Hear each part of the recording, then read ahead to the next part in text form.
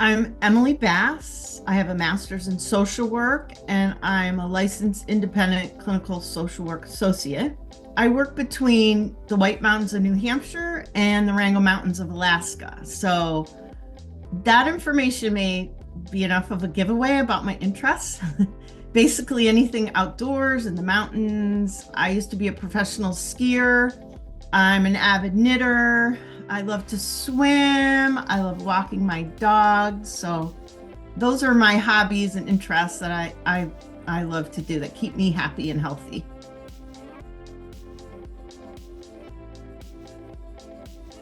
The areas I specialize in is mostly around trauma, PTSD, bereavement, and challenges that come along with end of life, such as caregiving. From a young age, I naturally had an interest in these topics. I guess you could call it curiosity in the deeper questions of life and human behavior. So that's why I'm motivated to focus in those areas.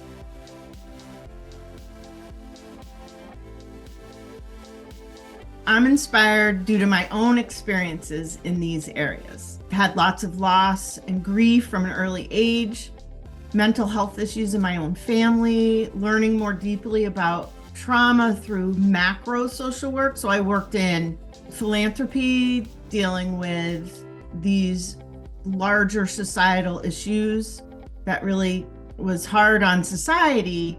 And now coming back to do it individually is really inspiring. I'm really happy to be able to see the changes on a one-on-one level coming from a macro societal level.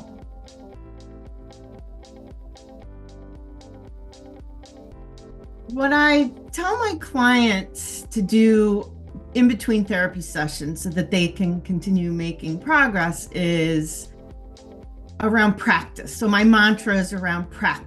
So as a professional athlete, it's all about practice. And I talk about muscle memory in the body through practice. And it correlates directly to muscle memory to have changes in one's thoughts and behaviors.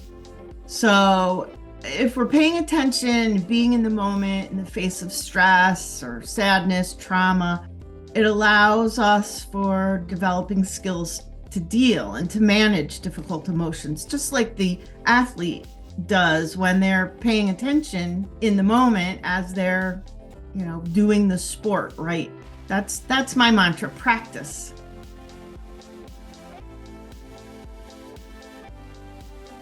A self-care practice that I utilize in my everyday life is remembering to remember, first of all, and then remembering to remember to practice.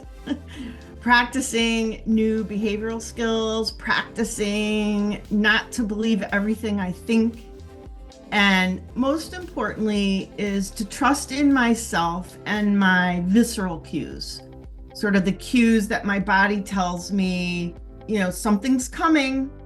Maybe I need to take a deep breath. Maybe I need to call a friend, right? So those are the things I do for myself. Remember those skills and practice them.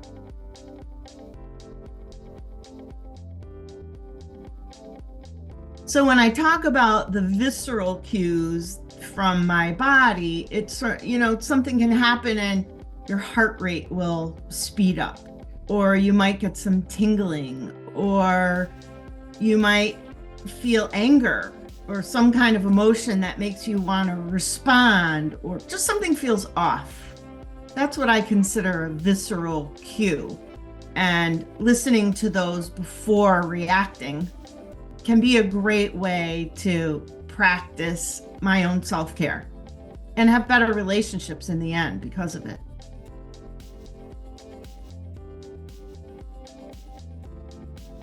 When clients are dealing with intense grief, one of the coping mechanisms, believe it or not, is to really just feel the pain. Let it come and know you will survive. That's part of trusting yourself through trauma. You can talk to others about the loss and the pain. Don't go it alone. It's great to find a grief group. I feel lighting a candle can feel ceremonial. Feel the love even if it hurts, because recognizing that it only hurts so much because of the love.